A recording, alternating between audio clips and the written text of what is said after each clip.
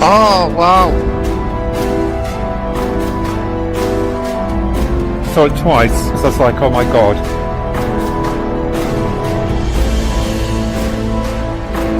That was just weird.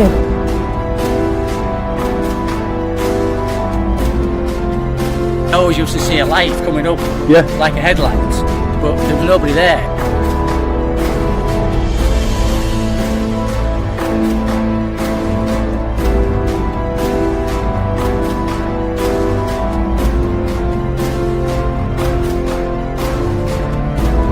Oh, it's just disappeared.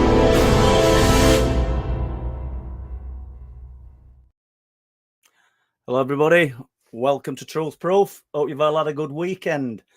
There's about 5 nights sleep until Friday, isn't there? So, or is it Saturday? So we can look forward to it again. That's all I look forward to, it's weekend.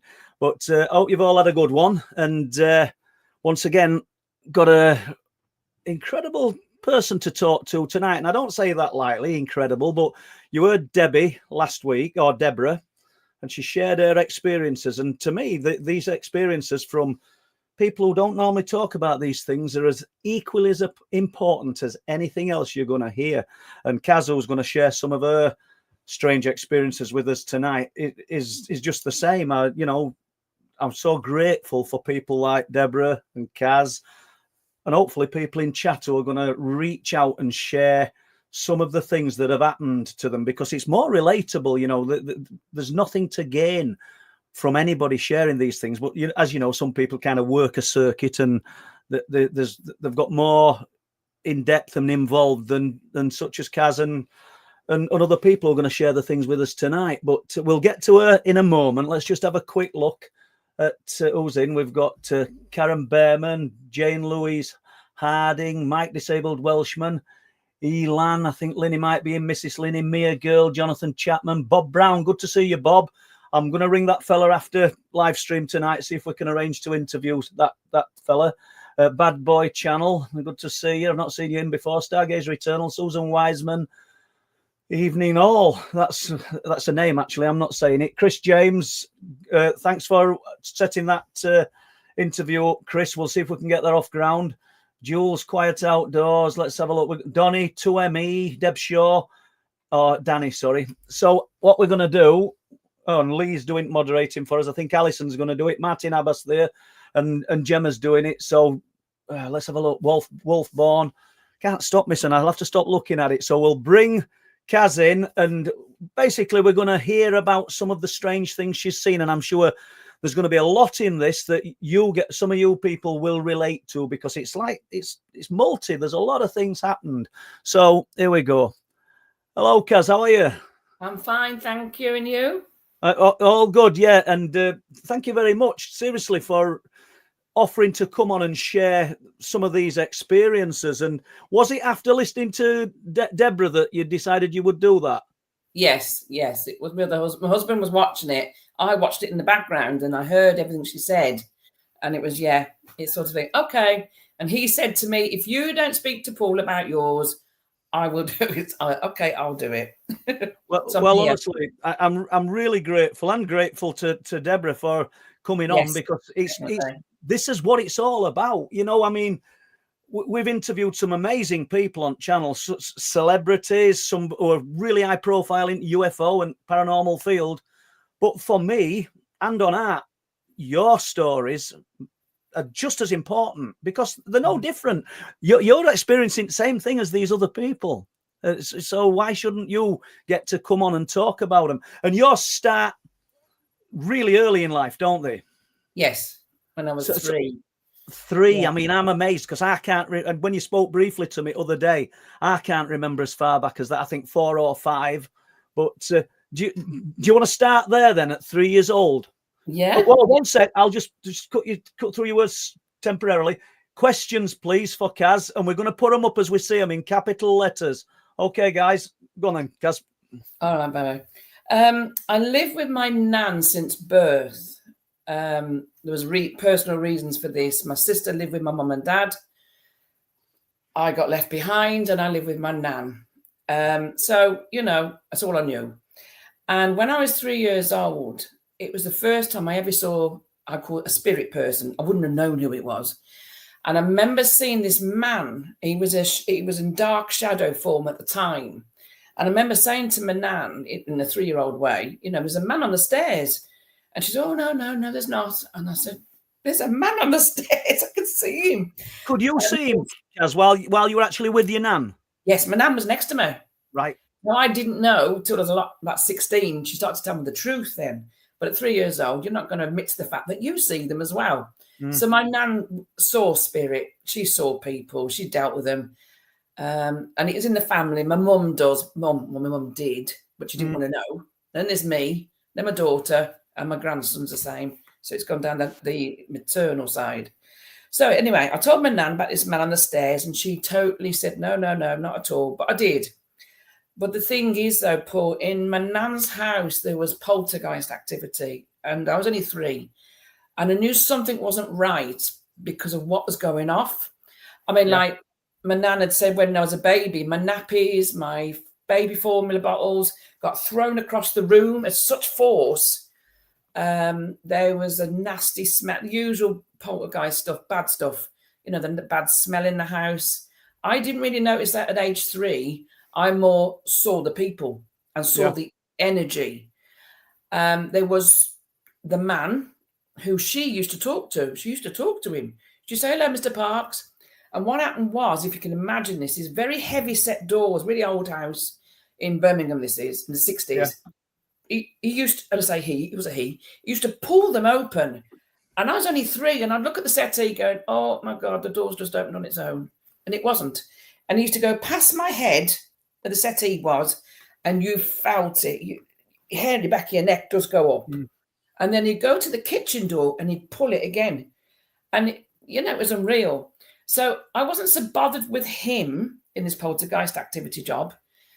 It was more the energy upstairs. Oh, mate. It was before we get to energy upstairs, so you saw the dark shadow. When he entered the room, did you just feel him then, feel his presence, or did you see him as well?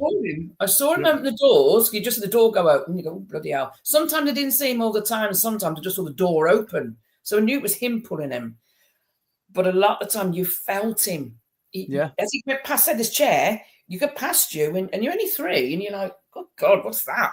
But there's a static there. Yes, a lot of static on the neck.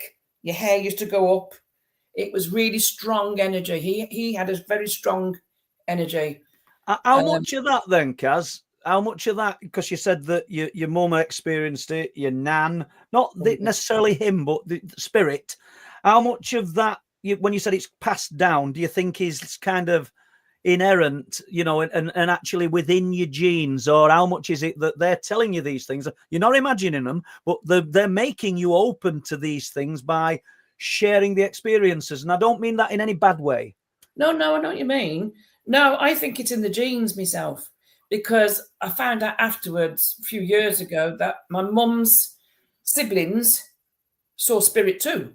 That's a hell of a lot of people, in the family to see spirit and feel them, and especially going downwards as well. It's not a conscious thing where my daughter was 2 when she saw spirit, and I went, oh, God, she's got it as well. So it wasn't a conscious thing. It was a gene thing. She saw a lady in the flat. And obviously she wouldn't know it too, but were you watching for these things? When she was little, you mean? Yes. No, not at all. So I was aware they were there. I was aware. Obviously, go as deep as you want to go with this, and if you don't want to go any deeper with that, that's fine. But what was the point when you realised she's seen spirit? When she turned around and pointed to the lady I knew when I moved into the flat. I smelt her perfume. I saw her. She died in the flat. And the one day, and that was 2, my daughter's name called Natalie, and she was 2. Yeah. And she just talking away normal, like I'm talking to you, and her head went like that. She said, oh, lady in the corner. And I went, oh, no, she sees them as well. So it's not as if it was something I talked about, because I'm not 2 years old. I wouldn't. I realised that. Yeah, that's what I'm... So I knew then. And then she's like me now. She just talks to them and everything. She sees them and everything. Even this house. This house is busy. Yeah. And then about... My grandson's 6 now. It's her son. And he was just over 1 year old. And he was just hanging onto the furniture like they do as toddlers. And I knew about the man who stood near me in the settee in the other room. And he went, man. So he sees them. Mm. And I went, oh, blimey. Yeah. Well, I know you talked about the Lovely. energy at a young age upstairs. I think you were going to talk about something else in your Yeah. nans, but let's just take this question. It kind of relates. Off license. Yes. Did the definitely. spirit man have a smell like tobacco? Not particularly this man, no. But that you can smell tobacco around some spirit. If they used to smoke, you will smell it. That's their telltale sign. This man, no. Mr. Parks, I'll call him. I didn't smell tobacco at all. I just saw him and felt him. Yeah. And there's another question here. Oh, it's the same fella. Any temperature changes? Yes. I'm very, saying man, very it might be a cold. woman, but off license. Sorry. Yeah. Very, very cold. Icy cold. Icy. Awful. Right. Awful energy. Yeah. Okay. So I'm just sort of flicking down these. Then we'll get to. In fact, let's carry on with the next part of it. When you felt the other types of energy or spirit upstairs. Right. When I was little, as I said, I was 3. I was okay with Mr. Parks being downstairs, as I call him, because he just used to walk from the living room and that was it. Well, he did. And when I remember going up the stairs, I slept there, obviously, and I used to go up the stairs and I saw Mr. Parks. That's what I'm going to call him from now on. And I get to the landing and Mr. Parks was here, but the other energy, inverted commas, the poltergeist activity energy, which I know now as an adult, not as a child, was on the landing also. And Mr. Parks, I would like to think, and I know for a fact since I clear houses since then, I know what he was doing. He was keeping me safe away from the horrible stuff. And I will explain what that is in a minute. And it used to be against the other side of the wall. So you got your balcony here and you got your wall there in the corridor to your bedroom. And I literally used to put my back against the balcony and slide. I was that scared. I saw the blackness. It was like a black mass. And I used to run to my bedroom and quickly close the door. But Mr. Parks used to be near me as I went past it. He was protecting me. There was no doubt about that. No doubt about that at all, Paul. All of this kind of implies, unless you used him as a comfort blanket, as regards protecting you, but there's only you knows this, and that's what you feel. We've got to go with that. But all of this implies an intelligence on the other side, and it's not just some tracing of a past life. If this is protecting you, this energy, I believe this now. I mean, as I only got told a lot of this when I was 16 onwards, and I know now since what I believe caused the energy to come into the house, and this is absolutely gospel. So I would like people to hear this bit. Please do. It happens. What it was is, years before I was born, my nan lived in another previous tenant or whatever it was. And she lived in the house and she had problems in that house. My mum remembers it when she was younger as well. And what it was is, in World War II, I believe, a couple who we think is Mr. Parks and his wife, they had 2 daughters, and the one daughter was engaged to a chap, a man, and he went to war in the Second World War, and he said, yes, when I come back, I will marry you, no problem. So the girl waited for him until 1945. He came back, God, he dumped her, and he got engaged to her sister. Not good. And what happened is, the one day, Mr. Parks came home. I think they're married, in fact. And then one day, Mr. Parks came home, and I'm not too sure if I should say this, really. Well, don't say the word, because I know where you're going with it, but she weren't alive anymore. No, thank you. Yeah. But in the bedroom. He found her in the bedroom off the rafters. Yeah. You know what I'm getting at. Yeah. Sure enough, shock. And because of that, I believe the energy of his anger, his grief, it actually manifested in this thing, if you want to call it that thing. I believe it's not just Mr. Parks. I mean, it's something else. If you give off, if you're angry a lot, I mean, hell of a lot, you can produce energy, which is nothing to do with you, and it's bad. So that's why you have to try and be, on the balance. And I believe that's when it caused it in the house. But what happened was because there was so much happening in that house because of this black energy, my nan didn't have much money. My nan and granddad didn't have much money in them days, which it didn't. And when they had the chance to move to this house that I lived in when I was a baby, they took the furniture. No. Worse than you could have done. The energy of that house absorbed into the furniture. And it does. Trust me on that one, it does. And they brought the furniture into Banks Road, which is in Birmingham. And it went from there. It just, it was free reign in that house, that thing was. Free reign. And that was due to the furniture. But this, you might, we don't mean address here, Kaz, but somebody, Richard TA, which part of Birmingham out of interest? I was born there and lived in Harborne. I know Harborne. I come from Kings Norton. That person will know where that is. Not far from Harborne. No, it's East Birmingham, Bab. It was Small Heath. Okay, excellent. And I found out a few years, jumping ahead for a moment, when my granddad, who lived in that house till he died, because my nan died years ago, when I went the day before his funeral, and I know it sounds naughty, but, you know, but I went to the house, but I walked to the back of the house, which isn't naughty. Someone lived there. And the guy came out and he's giving me the riot act saying, you're trespassing and all this. And I said, look, I'm sorry, love. It's just I used to live here. And I'm just wondering what the garden looks like, because it was a beautiful garden, but now it's a tip. And I looked up at the windows and there were still bars at the windows. And there's a reason why for that. And it's still there. Right. And this guy turned around to me and he said, do you want to buy this house? And I said, not really. I live in Yorkshire. You know, why do I want to buy the house for? There's no chance I'll buy that house. And he says, just that I bought the house. And me and my wife moved in, and my wife was that scared. Something's in there, she said, and she would not step again in that house. So he had to buy the house next door, and that house is empty. And he was honest with me, and he said not many people last in that house. Then they last a few days or a few weeks, and they've gone. They can't. It's still in there. That you can't get rid of that. You can't get rid of it. That is still in the house, even now. People can't buy that house. It's that bad. You just need to raise him down to the ground. Well, probably. You're right. The other way of looking at it, there'd be some people that buy it and do these haunted tours, wouldn't they? You know? Oh, they'll get it. They'll get the money's worth. They'll get the money's worth. Absolutely. We've got another question here. Richard Barrett.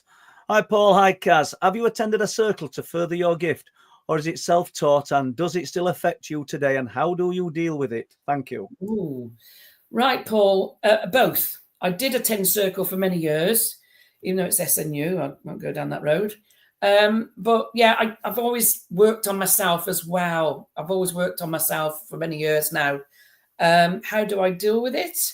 I have to shut it off, because many years ago I lived in Wales and I was a bit like that kid in the film, you know, Sixth Sense. I didn't sleep. They were around my bed. They were talking to me all the time when I was at work. It drained you. So you have to have boundaries. But yes, you know, everyone's got this gift. Everyone has this ability. It's what you do with it. You know what I mean? But yeah, I still do it. I do murder cases still. I do a lot of stuff. I still work with spirit now every day, apart from recently because I've had COVID, as I said. Yeah, it's interesting. And it's not a belief thing with people who've experienced it like you, is it? It's just that you know. You know, you're not after. Does it still thrill you though? Just when you get a message or some kind of, you know, that you think, God, it's here, or they're here, or they're here. They're just here. They're always at the side. People think, oh, they're up there. No, look, they're here at the sides of us. And I saw Pete in here as well earlier. Sorry, so I help Pete, Phil Morgan, Mag Sue, Bad Boy Channel, Stargazer. And there's loads more, Martin Spence. But let's just look. We know where we're going with this. It's not so much a question. A sort of material imprinting. So we're talking about the furniture, and then they've taken this. It's absorbed into the fabric of the furniture. Definitely the furniture. If I go to say antique shops, I've had to walk away sometimes because I feel the energy of the previous person's stuff. Some of it, a lot of it's good stuff, not a problem. Some things, no. I have to get out. Do you know something, Kaz? This is a little bit, and people in channel know what I'm on about. You probably do. But this is no different, just a different part of the phenomena where people call the hitchhiker effect. So they go to these areas where things of a really unusual nature take place, and they take some of that energy back with them, and things start happening in their homes. They will come back with you if you're not careful. And that's what I like about how you're talking about it, because you're looking at it from a spiritual, a ghost, a poltergeist angle. But the people who talk about the hitchhiker effect, the UFO guys, the people who stand in areas where strange things happen, they've got a slightly different take on it, but it's the same thing. And it's brilliant because I think we shouldn't be pigeonholing everything, because we know that there's a common thread running through it, isn't there? Very much so, yeah, Paul. Yeah, definitely. This is not a question again, Chris James. I lived in Small Heath. He'll know Banks Road. He'll know Banks Road. Right, wait, this is the last one, Chris. We want questions. I was brought up in Kings Norton and Bromford. Kings Norton. I'm still a Kings Norton in my head. Yeah. I'm just looking if there's anything else. Right. This is interesting from Jane, because we've just been doing this. Jane Louise says, Kaz, did anything follow you to Yorkshire? No. Okay. No, I shut them off. No, thank God. So what do you think then, Kaz? You shut them off. Do you think they don't? So in which case, then I'm saying they don't actually follow anybody. They're there, but is it just a thought process away? You can, yes, you can. If you really want to see spirit, and you say you go to these haunted places, example, you can wish it in a way to see them and all that, but you don't finish it. You don't close it. You don't go, stay here. I'm going home now. And some people don't know how to do that, so they follow them. Some people want to see them, but they forget to say, stay here. You know what I mean? Don't come home with me. And some people probably regret it after they've wanted to see them, because they get more than they bargained for. You don't want it in your house. You don't want it in your house. No. It's people like me who go to your house and clear it off again. I have to move them on. I have to move them on. Yeah. So Rod says, Kaz, can this ability be learned? Yes, definitely. Definitely. It takes a long time, I'll be honest with you. It's not like a year or so on a workshop. We've all got it, like I said, Rod, but it's just what you've got to work with. You've got to work with your own energy. You've got to work with energy out here. You've got to protect yourself. If you go down the SNU route, Rod, take, within reason, being respectful here, take what you think is best for you. Be discerning, because some things they believe in is not entirely true. And I know I'll probably get a slap for this, but the SNU people don't believe there's darkness. They just think it's light. No. Why there's light, in scientific terms, if there's light, there's dark. You have to accept that. And a lot of people come a cropper because they think there isn't. And trust me, love, there is. Exactly the same in UFO community. There's some people think all of this is love and light, and there's a darker element to it. So we're all on the same page here. Yeah. So it's interesting talking to somebody looking at it from your angle, Kaz. Let's have a look. We're all right for questions. We're not going to get to half of these bumps into things in the night. Hi, Kaz. Have you ever looked into alternative explanations for any of your experiences, or has there never been any doubt in your mind? Thanks, both. Right. I am a very grounded person. I always have been. You've got to be, because you've been with the fairies, and I've been in the nearest psychiatric place. I do try and not debunk it. I won't go that far, because I know when I know. I know when I see something. I know what it is. There has, of course, been things in the past where I'm like, was it though, or wasn't it? And then I have to look into it. But more often than not, no. It's in your face. You see it. That's it. It's there. Absolutely. Thank you. We're Dragonborn here. How do you protect yourself against dark entities or energies? Thanks, Dragonborn. Right. That's very good question. What I do, we have to, I know it's a lot of it is visualization. A lot of it is trust. A lot of it is, I'm going to talk on a subject that some people think I'm with the fairies here, but you have guides. You do have guides. You have a guide who brings you in when you're born. And it's up to people to believe that or not. I'm not here to convert. And she turns up when you go. And when you've got that, you ask for protection. You really have to believe in this is happening.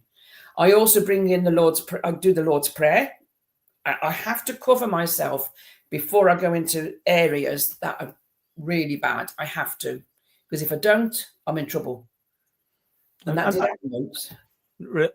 Are you a deeply religious person then, Kaz? I wouldn't go that far, no. I was when I was a child. I believe in God, or what a source in my case. I do believe in that God. Yeah, of course I do. But I wouldn't say I go to church every Sunday and all this. Here's me not trying to nitpick, but you do the Lord's Prayer, and I hear other people say this. And I think I'm just wondering, because I think what you're doing is working. Obviously, it works, and you know it's working. But I'm wondering if these are just props for ourselves, because we just underestimate the power of ourselves. And you're using that, but you as your weapon of choice to protect yourself. But you're actually strong enough to do it anyway. Perhaps am I wrong? I don't know. Yes, I've been doing it for quite a few years now. I've had to ask for protection since I was a child. Yeah. So I'm 62 now. It's a bloody long time where you have to protect yourself. So you do it through the Lord's Prayer or whatever means you feel comfortable with. You don't have to be majorly religious. But I do believe in it, definitely. I do believe. Christ, yeah. But I'm not every sort of person, you know what I mean? I can do it my own. 124 years sat here now. 124 years. It's frightening, isn't it? But yeah, we shouldn't say that, should we? I'm 62 as well. So black tourmaline.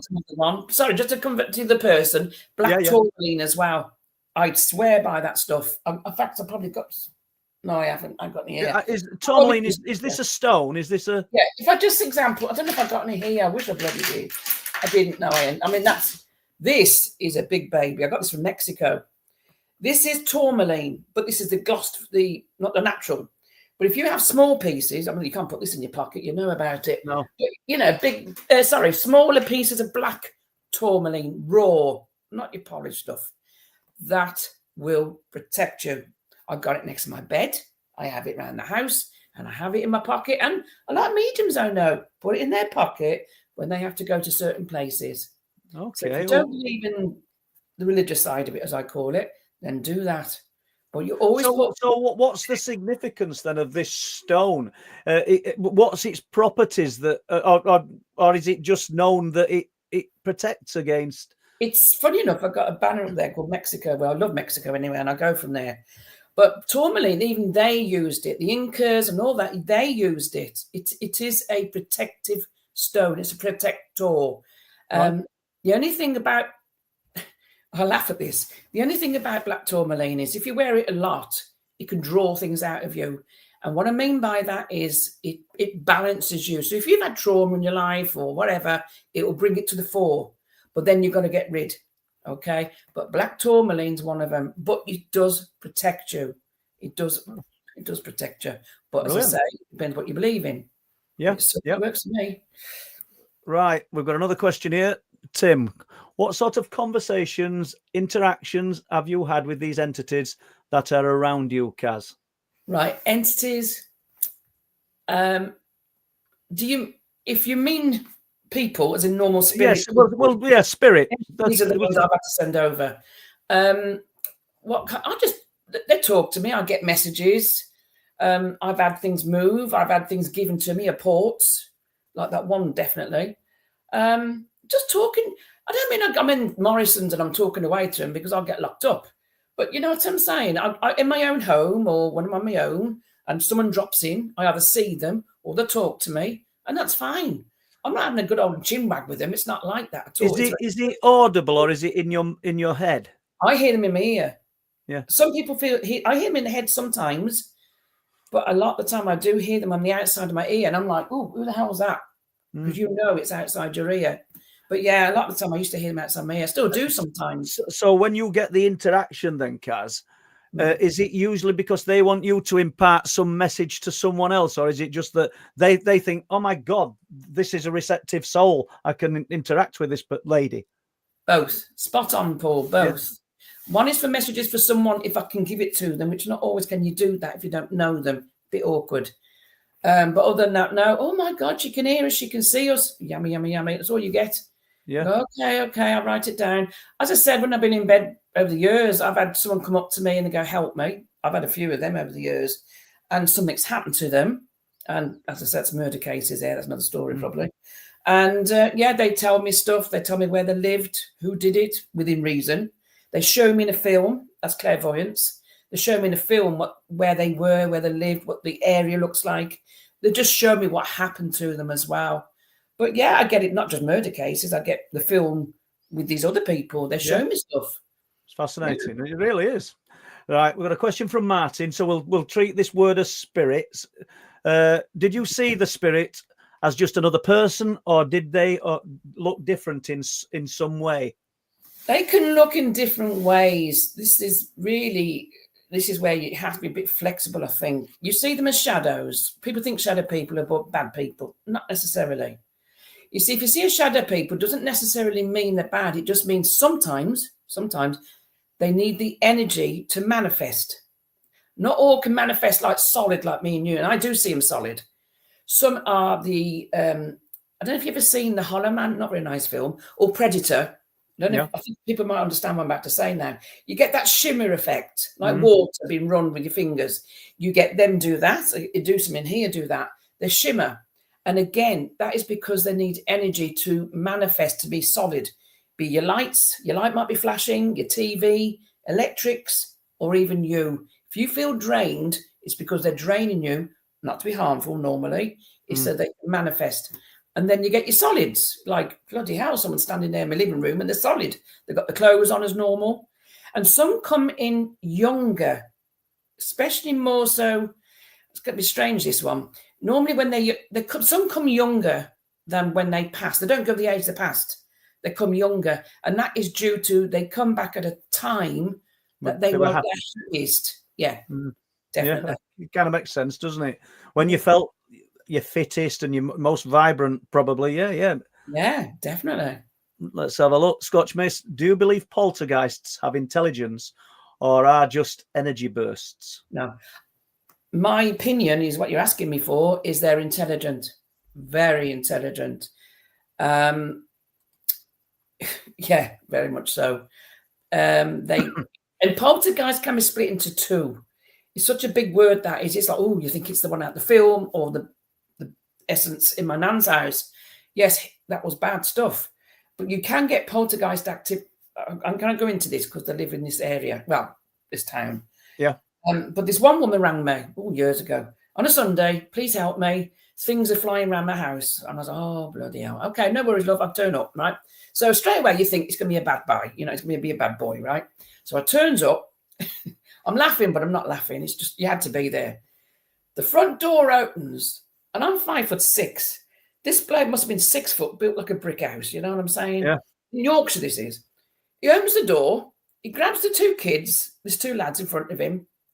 And as he was about to talk to me, these two remote controls were being wound at him from the back at the top of the stairs. And I saw them coming. I went like that, like the guy at the Matrix. I had to do this to get away from him, hitting me. And it wasn't aimed at me. I knew that. They were aimed at him. Somebody did not like this geezer. So they were wound at him. He ducked. I nearly got hit. And he said, it's all yours. So straight away, you think, oh, my God, what the hell have I got in here, Straight away. So anyway, it turns out it wasn't like that at all. I was talking to the lady of the house. And I was talking to her like I'm talking to you now. And behind her, on this shelf, above her head, back here, was this two really heavy set photo frames. And they were doing this right in front. She didn't see it. I couldn't tell. I couldn't say, oh, by the way, Mrs., your bloody things going round and round. Like that was spinning. Yeah. It was spinning. And I was like, Jesus, what have I got here? So I went up the stairs and it turned out, anyway, cut to the chase. It turned out he wasn't a bad bloke. He was he was her ex-husband who had died. And he absolutely did not like her new boyfriend. He really hated him. I see. He didn't like the fact that he was close to his sons. And I saw the man standing in the boys' bedrooms at night. I saw it. And I said, you're frightening your boys. You don't realise this, do you? And he goes, no, I didn't. I wouldn't want to hurt my boys. I said, well, you're upsetting them. You're frightening them. And he didn't have a clue he was doing that. He didn't. So he was poltergeist activity because it's of emotion. It's the emotion of a poltergeist. They get frustrated, which he was because no one understood it was him, and they get angry. So it doesn't necessarily mean it's the bad boys. It can be someone who's stuck, which he wasn't. He just didn't refuse to go. Or, it's something else. And did that kind of dissipate after a time then? Did you? Oh, God, yeah. I sent him over. Excuse me, I'm having to do this all the time. I sent him over. I went into their bedroom. I won't go say into what it was, but there was an item of really bad energy on it. And it was that chap's, it found out. I didn't know it was his. Not the husband, ex-husband. It was Yeah. this new guy's. And it was awful because I had to say to the ex-wife, can you please throw that bloody thing out? I said, because that's causing problems as well. That's your man's.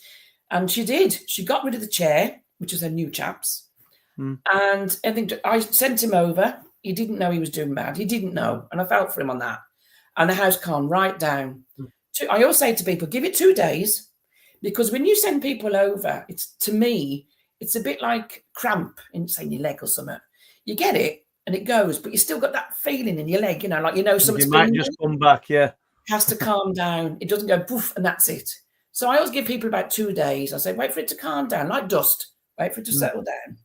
And then they contacted me, and she did. And the mother-in-law contacted me, and she said, brilliant, house is calm now. Everything's all good. And then they got married. So there you go. Yeah. But yeah, so it's not all bad. Poltergeists aren't all bad. Well, do you know something? We started with one question. I've got 8 here, and providing you're okay, I'm going to carry on with these questions. Right, time, yeah. Yeah, let's have a look. Zeno, hi Kaz. Was wondering if you believe the phenomenon needs permission to attach itself. I've watched a lot of footage that indicates it requires a willpower to exist. Could it be permission? Yes, sometimes they attach to you anyway because you are open. You are totally open. That's why I say you should shut yourself down. So you go to a place, or you can get it from Joe Blogs. You could be talking to your mate and they've got somebody and they can attach themselves to you. So you've got to be very careful there. Permission, yes, can be that as well. You do get some people who want to know what it feels like to have someone with them. Isn't the best, but some people do silly things like that. Willpower. Yeah, again, it is. If you will someone to do something, yes, they will do it. These people, I will call them people. These people will do it. They will attach themselves to you if you allow them. But Okay. I'm going to allow that. I'm putting this question up, and I'm not really sure what it means. Is it like the Ghost movie? Because I've not watched Ghost movie. Right, I've seen it a few times. Is it like the Ghost movie? In what respect? That's what I'm meaning, because I don't know. A bit there. Okay, let me just try and break it down for this person. If bits I remember, there's one bit, if I remember rightly, she's on the potter's wheel. I could be totally wrong here. I can't remember, but I'm not too sure if I'm making this up. But I think at some stage she feels him. She doesn't believe Whoopi Goldberg, and the coin was under the table. There. Yeah, the coin was under the table, under the door, and she says certain things. And she goes, oh, my God, yes, that's what he used to say. And I think she feels something. I could be wrong here. I could be making this up. So, yes, you can. There's certain aspects of that was like that. Yes, definitely. The not very nice bit, though, was the guy the guy that was stuck in the street. And they pulled him. That wasn't a nice scene. Right. Yeah, that's not entirely true. You see this black thing come to get this bloke because he was a baddie or whatever, right? No, it doesn't turn that way. Not at all. Not at all. That's rubbish. That's for effect. Right. So, Chris James, Kaz, have you ever been scared from an encounter? It depends how you look at it. Yes and no. Yes, I have, in the respect of bloody Laura, what are you doing there? It's one of them. You go around the corner of your house and someone's standing there looking at you, or in bed and they're over your face. Yeah, I'm listening. Go on. And they're over your face, and you're like, Jesus, get away from me. I've had a few of them. I had one year when I moved in here. There's a church not far from me, and there's a reason why I say that. And some years ago, I got up between 2 and 4 is when things get busy anywhere. 2 and 4 is they call it the witching hours, but it's not. Yeah. 2 and 4 is when spirit come through more because you are really either in a deep sleep or you're just not with it.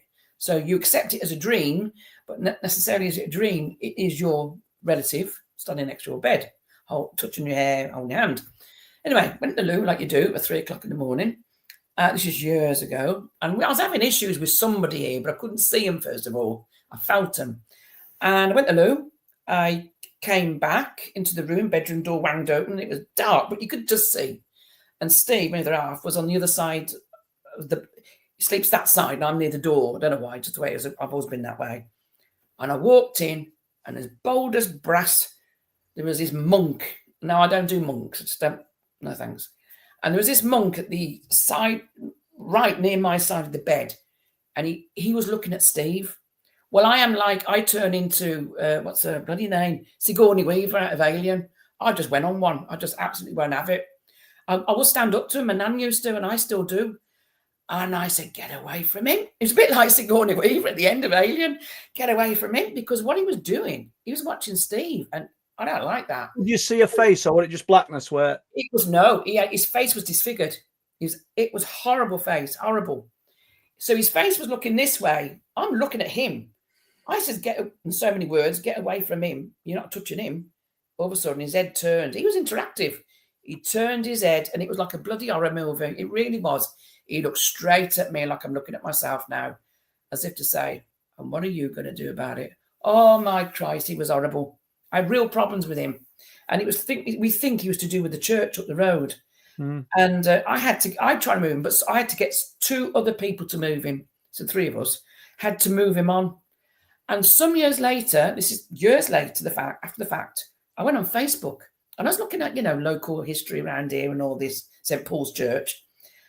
And there was something from not Facebook from the 70s, people talking about the 70s, these blokes, strapping blokes. And they said in the 70s, when they're in the teens, they used to camp up near the church. And many a time they saw this monk, and he had a really like a burnt face. And I went, Lord, it's him. So even that far back, he had been roaming the earth. He's stuck. Yeah. He's roaming the earth, and he came into my house, and that was his misfortune for me, because I saw him off. Yeah. And I had touch wood. I'm talking about 20 years ago now. I haven't seen him since. He's been moved on. So a lot of the time, no. It's just a lot of it is, oh my God, what you doing there? Who are you? And then other times, yes, you got your others where, they're not so good. I had to clear a house at the other side of this area. It was bad. Oh, it went off this earth. It was these people who want to see one of these programs. Good luck to you. You don't want to see this. And It wasn't this earth at all, Paul. And it was terrorizing a 5-year-old. And I thought that ain't going to happen. So I went over there. The dog was growling. The dog didn't want to know. It was petrified. Went upstairs. And it was, I won't talk about it. It was worse than you ever see. I did the Lord's Prayer. You name it, I did that. And it was a battle, a proper battle with this one. It wasn't like you see on the telly. No, this was bad. So that's the only one I will say, challenging and frightening. Very challenging, very. And for days I was drained. I had to go to church. And as I said, I'm not particularly religious, but I did go to church. You name it, I did it because it was awful, awful. Right. I will never do it again, never. Well, unless someone needed help. Okay, Martin says, I think it's all dark and manipulative. There appears to be a harvesting of energy from us. We should protect ourselves from this. Dark forces are at work. What is your opinion, please? Right. Yes, there is darkness. There is darkness. And a lot of that is due to us, as in the way society is now. It's always been darkness. Way back, there's always been darkness. More so, though, the more people are unhappy with the society is now, the more thought forms, if you want to call them that, the more darkness is appearing because of the emotions of anger, worry, stress, whatever it is. It's getting worse. It is getting worse. But I will say, there is light. There is, and I'm not going religious on you, there is light as well, though. There are people like myself, other people who work at this type of thing, who try and get rid of it as well. And the only way you can do that, apart from being religious or whatever, is to think positive. I don't know, it's bloody hard. Life is hard. It is, yeah. Try and be positive. Try not to. If you slag someone off, I'm going to be straight now. If you slag someone off enough, you will produce something. You really will. When you produce energy like that, you're giving it out there. It doesn't stay with you. It's out there. It's like thoughts, words. That's what happens. Yeah. And I think there's a lot of truth in what you've said, and the bad feeling that people can put out there towards people, and you can feel it, can't you? Oh, good feeling. You instantly know when you've got an affinity to somebody or a group of people. So there's a lot to be said for that. We'll just put this a bit into question, but it's true. Jane Louise says, brilliant guest, down to earth and real. Bless you. Thank you. Oh, no, religious then. Thank you. Well, we have a pile of questions here, but I'm going to do these because I just think it's a shame not to, because there's obviously an interest here 1423, great guest, Paul. Have Kaz's experiences with spirit always been with human spirit around people's homes and property? Has she ever experienced anything outdoors, animals, or of a non-human origin? Yes, it's always been, not always. I've had human spirit many, many years in my house, in people's houses and property. Outdoors, oh my God, outdoors, definitely. What? Yes, definitely seen people outside. I've definitely seen spirit outside in the middle of nowhere. Not nowhere, but you know what I mean. Yeah, yeah. Oh God, yeah, definitely. Could be anywhere. Especially if something happened there, the emotion's going to be there. It's still there. They moved on, not always, but the emotion's still there. You will get it. You will see it. It'd be wonderful. Well, it'd be good to take you to a place such as like Danes Dyke or some earthworks like Willie Howe, the burial mounds and things, to see what I don't necessarily see, but you might not see anything, but just to be an interesting exercise, should we say? A medium went to Willie Howe with us, me, Mary, and Maeve Calvert, the dowser, who was on here. She brought her friend with her, Annie, and if Linny's in and Pete's in, we were really impressed with Annie because she was talking and telling us things that she couldn't possibly have known when she come onto Cliffs, and she'd been to Willie Howe with us previously. And what an interesting woman. So there's a definite truth in what you're saying, because when people can tell you things that they couldn't possibly know, it's undeniable. We know that we'll always have skeptics out there that go, oh yeah, they're just insightful, and you've just given them a little lead in, and then they've had a peck at you, and suddenly you've opened up, and you've given them all the information they need for these clever people. But now she was telling us things she couldn't have known up on them cliff tops. Yeah. And I've gone off on a tangent there. So yeah, non-human origin, animals. What about animals? Yeah. I've seen animals, loads of animals, people's pets. Oh, you got a dog down here, and I describe the dog. I go, bloody hell, it died years ago. I said, we're still here. Non-human, probably, like I said, in that house, that was not of this earth. It's very rare I see non-human. Very rare. I don't see cryptids or stuff like that, really. I just saw the non-human was that one time. Okay, right. So we've got a question here from Paul Barrett. How do we get to know who or what our spirit guide is? And is it by meditation that we find out, or is there another way? That's a very good question, Paul. Two Pauls. Both. The first time I ever come across my guide was accident. I was in Wales washing up, mind my own business like you do. And I felt, when someone's standing behind you. Yeah. I turned round and it's like bold as brass. This chap was Chinese. He had one of them pillar box things on his head, and he's black. I don't know what you call them, really, like Mandarin suits. Sorry, I've been disrespectful. Mandarin suits. And I just remember looking at him thinking, who the bloody hell are you? You know what I mean? So 2 days later, I went to see this medium I know who was pretty cracking. She said, oh, you saw your spirit guide the other day. I said, God, you're good. I ain't told you anything yet. So anyway, that was that.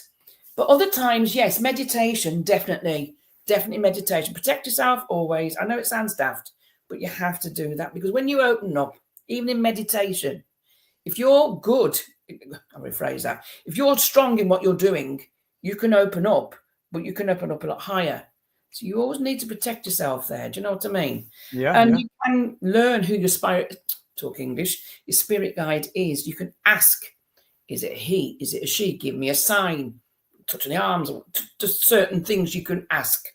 Give me a name, or show me in my head. If they do get that, show me in my head what you are. Are you a man or are you a woman? What you're wearing? If you don't get that, you can ask for signs, and I mean not non-dangerous signs. You put the telly on, right? I'm going to put the telly on later on, or a radio. I'm going to put the radio on. The first, I know it sounds mad, this, by the way, but it does happen. The first name that comes on the radio. First song that comes on the radio, I get that as well. Or on the telly, give me a sign of some description. If you can't give it me personally, I will tell you now, it will happen. It's not coincidence, like a lot of people think, oh, it's coincidence. I used to think that. I'm quite grounded, but it's not. No. That's the only way they can get through is by radio waves, TV, or something happening in front of you. He will know. He will learn that way. Meditation's the best way, though, really. As I said, be calm, relax, take what you get. And sometimes you don't get it straight away. Don't matter. Just persevere, and you will find out who your guide is. And one day you might well see them. Fabulous. Thank you. And I've got to carry on with questions, but I just want to say, because we've had up to 350 people in chat, so that people must be really interested in what you're talking about. But could you please, if you're sat here, you're on your phone or you're on your laptop or your computer, give us a like. It's literally totally free. And subscribe if you've not subscribed. We really would appreciate. I'm saying we, as though I've got somebody with me. Well, I have little dogs. Do it for Bobby. We really would appreciate it. Thank you. And if anybody's interested in the books, Truth Proof books, truthproof.uk, you can get them through there, or you can listen to download the Amazon Kindle versions, obviously on Amazon Prime for Wolflands, or if you want an hard copy, truthproof.uk. So that's my little bit done. I want to carry on with these questions because I think people are loving this, Kaz. And providing you've got the time, we're going to have to do this again, because I set off with about 9 pointers here and we've done one. So that's good. So, right, with Dragonborn here. Excuse me. Black tourmaline raw is excellent. I use it. In fact, my dog had a pendulum of it for healing. And yet, my dog, yeah. And yes, it does bring things up. Thank you, Dragonborn. Lovely lady. You'd have a brilliant conversation with this woman. I know you would. Okay, let's just see whether we've got any more before we move on to the next question. But I have a feeling we're not going to get to it. Zeno again. This will be something to bend his head. Kaz, can I ask if you've ever experienced someone close to you who have told you something that only you would know? Spirit-wise, yes. Do you mean in spirit, Zeno? I'm assuming. I don't know. Can I ask if any? Spirit-wise, yes, very much so. Yeah. Hell yeah. Very much so. That's when you know they've got the person. Yeah. That's how you know. That's your evidence. Sometimes, I mean, we aren't going into detail at people or person. I bet you've had people get really emotional when you've told them things that only they could know. So that's kind of ties in with Zeno's question. And how does that make you feel? Because you're carrying something, then you're carrying not a burden because you've given them some kind of relief. You've actually told them that this person's there. But how does it make you feel? Does it drain you, or does it make you feel elated? I feel pleased for them. It only drains me if I do it for a long time, a fair few hours. That's the only way it'll drain me. But no, it makes me feel good inside because they've got what they needed. Do you get emotional? Oh, Christ, I tell you, early days, I was with them with the bloody tissues, I was, because I'm human. I'm human. That's how I am. I'm empathic, so I feel what you feel. We did on Friday. A lovely guy, James Coppett from Scarborough, organised a charity event that we did in Scarborough, and it was for domestic violence. But they wanted to talk about Unexplained, so I joined it. Linny joined it with me. There were a medium, Pamela, she was brilliant, and James, and then we've got these guys from Two Guys What's Up podcast. Bit comical, really nice fellas, and we did this. But anyway, the medium got up and she started speaking to a couple. It was very dark in the room, and she said she wanted a bit of light, really, so she could relate. So I felt for her a little bit. So she came to this couple, and she's talking to them, and they broke down crying, and I'm sat there on stage. I don't mind saying this, and I'm thinking, don't give me a message. Don't tell me anything about. Don't give me a message about somebody I love, because I'll be crying on stage. It doesn't take much. Do you know what I mean? And it I don't know. It's a good thing. Crying isn't always a bad thing, is it? Let's face it. It isn't. No, it's comfort. I think people get comfort to know that the loved ones are fine. Whether I mean, I know where they go. I've been, but you know what I mean. I know that it's comfort for them. Yeah, absolutely. Sometimes it's knowledge, as the person just asked me. Sometimes you can tell. I've done. Bit awkward, really, but I did tell somebody something once, and I thought, how the hell am I going to say this? I thought, it's a family secret. I can't say that. And I get told stuff, and I'm going, hang on a minute, I can't say that to them. And they want you to say it. And there isn't. Some people do it and they just say it. And I don't personally believe that's right, because I wouldn't like it if you told me something like that. There's a way of saying things, you know. But then again, Kaz, and I ain't got this knowledge you have. Then again, though, if the spirit or whatever's coming through is giving you that knowledge to say, surely you've got their blessing to say it. I have got the blessing. As I said about SNU, and I've got to be careful here because I'll probably get sued the arse off me. No, They don't. Well, yeah, they don't believe in. They believe in filtering it, and I'm sorry, but I don't believe in that. It took all their energy to come to me or somebody else to give that message. So when I say, oh, I can't say it that way, because they can swear, because they're the same person. If they swear like a trooper, they're going to swear. Trust me, it's not. Yeah, I get it. Yeah. So what I'm saying, when I say I've got to be careful what I say, I don't mean filter it. I mean, I'm not going to say certain words, am I? Sometimes I've had to say the F word, or I've got bloody hell, it's him. It's what he used to say. Do you know what I mean? That's evidence. Yeah, That's absolutely. I am me. I work my way. I work my way with compassion. Well, it probably wouldn't work if you tried to bend it any other way than what you know, would it? They give me stuff, I will tell it them. It's just a certain way I'm saying. Not the information, it's how you say it. You know what I'm excellent. saying? So we've got a question here from Dave Barker. Hi, Dave, as well. Good to see you, mate. Do you feel your gift is a blessing or a curse? Very good question. To me, it's a blessing. When I was younger, I was 14. My God, I was buzzing. When I was 14, I think my mum thought I was a weird child anyway because of the way I was. I thought it was more of a, why the bloody hell have I got this? Do you know what I mean? A teenager or older. Years ago, I didn't say it was a curse. I just thought, why am I getting this? What am I going to do with this? But as you get older, you learn how to deal with it. You learn to see if you know you're doing good for other people, it won't be a curse. You think, okay, I do right for what I'm doing. I'm sticking my neck out. I might look a bit of a plonker, but I'll still tell you. Yeah, and I guess that figures. It's like anything in life, isn't it? If you're doing something good by people, then it feels good, doesn't it? Yeah, I get it. Yeah. So I don't think this is so much as a question as Chris telling us, I see shadows a lot in my place. Even a mate on camera saw one in my place. I just ignore them. Right. That is, to me, my point. My thoughts are, yes, if they're bothering you, you need to see someone and bring them in. If they're not bothering you and you just happen to see them, then ignoring them is probably the best thing. Some people say, no, you shouldn't ignore them. But if they're not doing anything, they could be just what it is you can get some people who are on a loop. I call it a loop. I think it's called stone tape theory. I think it's called. Yeah. Scientists say it anyway. And I got a chap in this house who does exactly the same. He's not interactive. I see him go in and out the room, and that is literally what he used to do. The neighbours told me many years ago when he was living in his house, he used to do that. He used to put the windows. So you do get that. Sometimes you get the black shadow people, it's because they can't materialise. Yeah. They're just doing what they used to do before. You just happen to glance and see, like a recording, you just see them doing it, and that's it. If they're interacting with you, that's a different ball game, you know? Yes. Other than that, no, just ignore them, mate, unless they affect you. I just want to put this up. I wish this had gone up in capitals, Martin.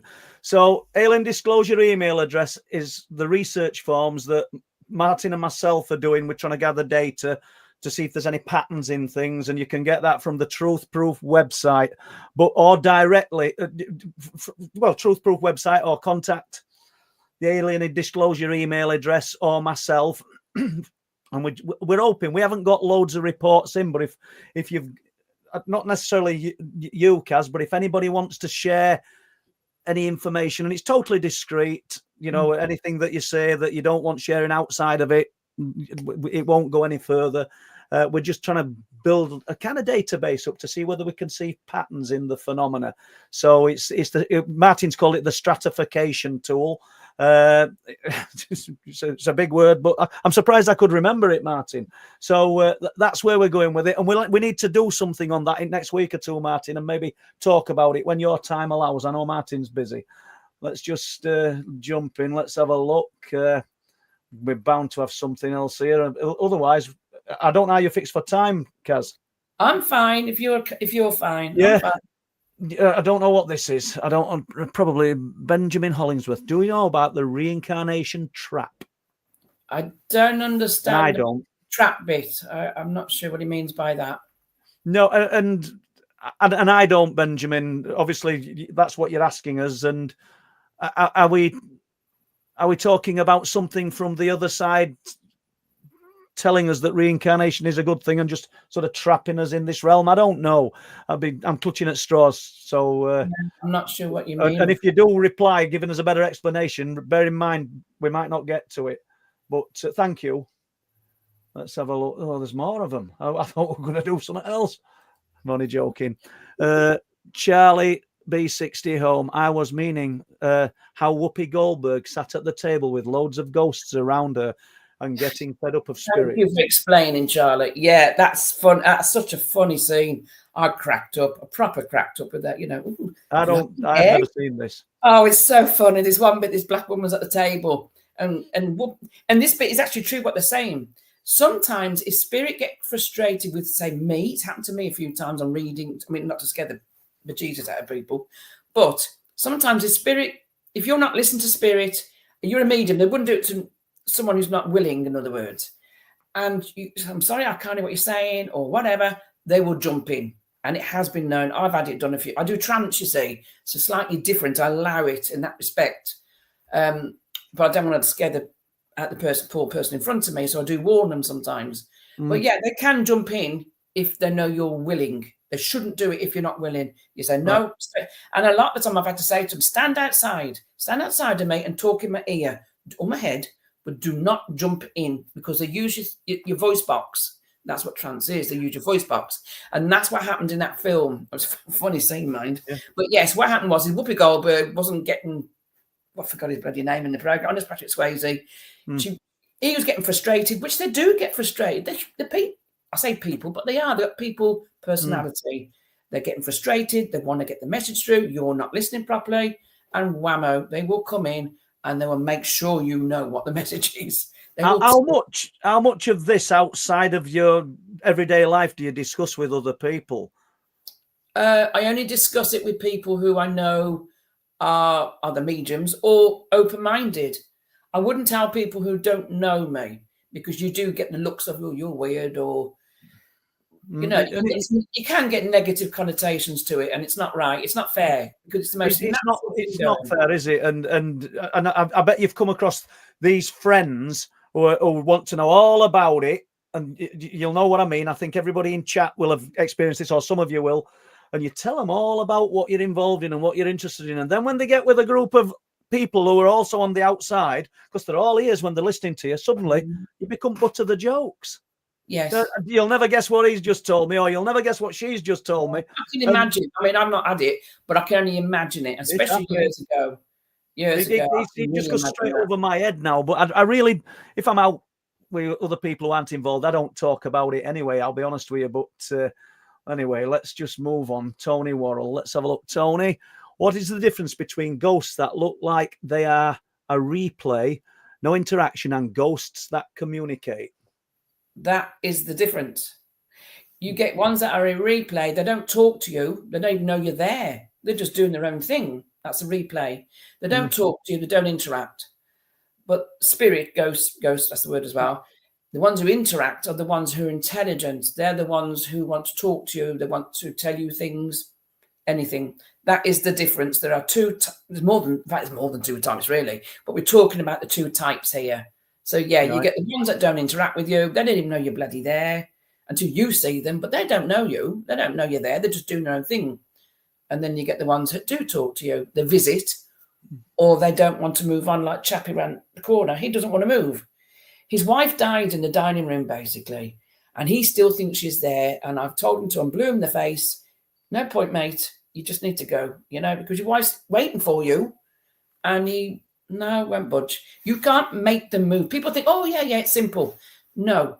If a spirit person doesn't want to move, and they're quite strong about that, then no, it's a bugger to move them on. As long as they're disruptive, that's a different ball game. But no, I made my pact with them when I first moved in. Within an hour of moving in, I saw the man. And and at the end of all that, and a few other people. And I've just said to them, look, you used to live in this house. I live in this house now. This is like 23 years ago. We will live in harmony, okay? And touch wood, we have. Apart from that. Excellent. But yeah. Right, we've got Gerald Thompson. Kaz, what's the thing about monks? They give me the willies. He did. He gave me the willies. What's the thing about monks? You see, some people would call them hooded beings. Just briefly, and I've told this story before. One of our daughters, Jess, she were engaged to a guy. They had a farm. They're in bed. She wakes up in the night, and there's two small hooded beings. She didn't call them monks. One tall one, bottom of the bed. There's this wooden chest. I'd been in room. I can picture it now. And there's a glass vessel on the chest with some green liquid. She says it looked like it was sparkling. And they're pouring something into it. She says, and one of the little ones looked at her. Couldn't see her face. That's why I asked you earlier if you could see her face. Yeah. She said, no, I couldn't wake. I'll not say his name. I couldn't wake him up. I'm trying to wake him up. She says, and I just turned and because and the next time I looked, it stood at the side of bed. She can't see face or anything, but it's just stood there looking at her. But she never thought they were monks. Just a thought. She didn't think they were monks, did No, you say? she just called them hooded beings. And you get a lot of people who talk about seeing hooded beings, not necessarily monks. And I wonder if we're confusing the two. I mean, why would it? I'm not saying you're wrong, but why would a monk? Why a monk? Do you know what I mean? I ain't got an answer, but well, fellow he clearly was from the church, not far from my house. So if you live near a church, you're going to come across monks, in some respect. But why, if you're in the middle of nowhere, as an example, and there's never been a church there, never been a monastery there, I don't know. That could be just different dimensions. Why they came through for your daughter, or whoever it was, a hooded being. Yeah, my daughter. Yeah, Jess. Yeah. I don't know. She's had that a few times. They went away probably about 2 years ago now, and they got a cottage somewhere. I can't remember where. It might have been Golfland, because we all went to Golfland one year. She said, and she woke up in the night and looked, and there's a little girl stood looking at her. Yeah, just looking at her, a little girl. And so Jess has sort of seen and experienced a few things, but it's always by surprise for Jess. I don't think she feels these things or perceives them. It's all, she'll wake up at night and there's something there looking, you know. You've just said something then in the middle of the night. As I said, it's not gospel, but it is normally between the hours of 2 and 4, you'll get more chance of a visitation of either someone you know or someone you don't. And a lot of the time they're at the side of your bed, looking on, saying, "Oh, who are you?" And that's when they can interact. But yeah, it is between 2 and 4. And they say the spiritual wise, they call it the veil. Okay. But what it is we go into a deeper sleep also, but we're more, how do you put it? I'm not scientific, but it's hypnagogic, I think it's called. But also between 2 and 4, your body, your REM goes down. And that's when you're more, not vulnerable. I was going to say vulnerable, but you're more susceptible to receive. That's a better way of putting it, rather than scaring people. You're more susceptible. Yeah. Where you're more relaxed, you will accept the fact that someone's next. Well, you won't accept it. You will see them, or you will feel it. But a lot of the time, you do it. I'll put it in a nicer way to you. Then, if it was your relative, right, and you can't hear them, see them, whatever, in the daytime. No. Between 2 and 4, more often than not, you said, "Oh, I dreamt about my mum. I dreamt about my dad last night." You may well have done, but more often than not, your mum, or who's passed, your mum or dad, whoever, was at the side of your bed. And that is why they do it, because it's the only way, without scaring you in the daytime, that's the only way they will get through to you between those 2 and 4 times where your mind has calmed down. And that's when they come in. Do you know, just briefly, because obviously talking about the event that we went to in Scarborough on Friday, and the medium, me and Mary, when we got home, we didn't go to bed well about 2. I'm always up late, so we didn't get back well after 12. And she said to me, and I also remember it, she told me at the time, after her mum passed away, and this is years and years ago, well over, I don't know, 30 years ago, she said, "I had a strangest dream last night, Paul." I said, "What do you mean?" She said, "It seemed real." She said, "I dreamt that my mum," she says, "I couldn't see her." She said, "She's talking to me and she's shouting me. And I'm saying, 'Where are you? Where are you?' She says, I'm in a dark place." She says, "But where are you?" She says, "I'm waiting for your dad." She says, "Well, my dad's not coming yet." We were only talking about it last night, and I think we mentioned it again today. She says, "My dad's not coming yet." She said, "I'm waiting for him. He is." She said, "No, he isn't." And I think he passed away like about 3 weeks later. But, you know, do you know what I mean?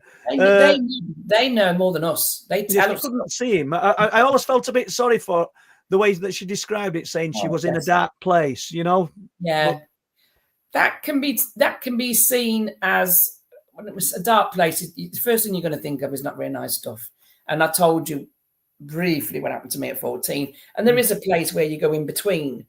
But here she just died, fair enough. But she hadn't just died. So the dark place could be just she came out of where she comes from, and she's like a waiting room, I like to say, and she's waiting for her husband to come. So not the dark place people think. We're not going to get to the NEDs and the No. UFO, but I'm not bothered. I'm not bothered. But I just want to say briefly, because you get people saying there's nothing after death. It's just blackness because somebody's died temporarily, and they've been brought back. And what did you experience? It was just blackness. You can't have consciousness without knowing that you've experienced something. And if they experienced blackness and they knew it were black, then there's something. Yeah. There is a way. Yeah, they call it Bardo. I ain't going to go into it, as you say. We'll do it another time. But yeah, there was a blackness I went to, but it was just like the waiting room, I call it. You know what I mean? But some people go straight to, well, they call it a Summerland, don't they? But yeah, some people go. Right, a couple more questions, and then we'll kind of wrap it if that's okay. Yeah, that's fine, Rob, and like I said, I have got eight questions. So if everybody's in agreement and Kaz is happy, we'll do this in about 2 or 3 weeks' time. Yeah, if that's okay with you. Right, let's have a look here. Kimmy Carmichael, how best to see those negative spirits off? I thought you were going to ask to see them. I was like, you don't want to see them babies.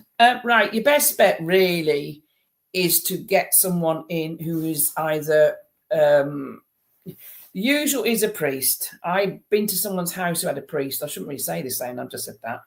And they had a priest in, and I didn't know. Holy water was there and all the business, and it never seen it off. I had to see it off. But yes, the first port of call, if it is that bad, is you need really to get a priest in, or someone who's like myself as a medium who does soul rescue, which basically means they move them over. You can do certain things yourself, but if you're talking negative, I'd rather you not dabble. I'd rather you didn't. I'd rather you get someone else in, please. It's worth it. And this bloke's saying it as it is. This is Linny, who comes on Cliff Tops with us. Kaz, straight to the point. Thanks. And so is he. That's his real face, by the way. He looks like that. So he doesn't look... Morning. Right. One more question. Let's do this. 40. And good on you, Kaz, for keeping that positivity and light shining in people's lives. Thank you very much. On that note, we've just cracked it, haven't we? We're going to do an hour, and I says, give me 5 or 6 things to talk about. We've done one. So it's been a pleasure. Thank you. Thank you very much for having me, Paul, and everyone. Thank you. Well, thanks everybody for support. We've held over. I haven't. Kaz has held over 300 people in chat for an hour and a quarter, and really appreciated. And we'll definitely be speaking to her again. So I'd just like to say good night, everybody, and good night, Kaz. Good night, everyone. Thank you. Thank you, Paul. You're welcome. Good night.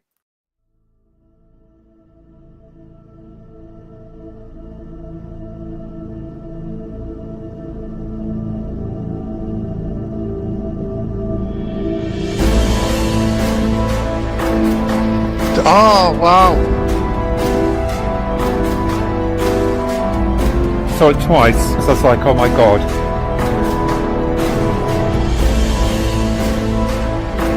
That was just weird.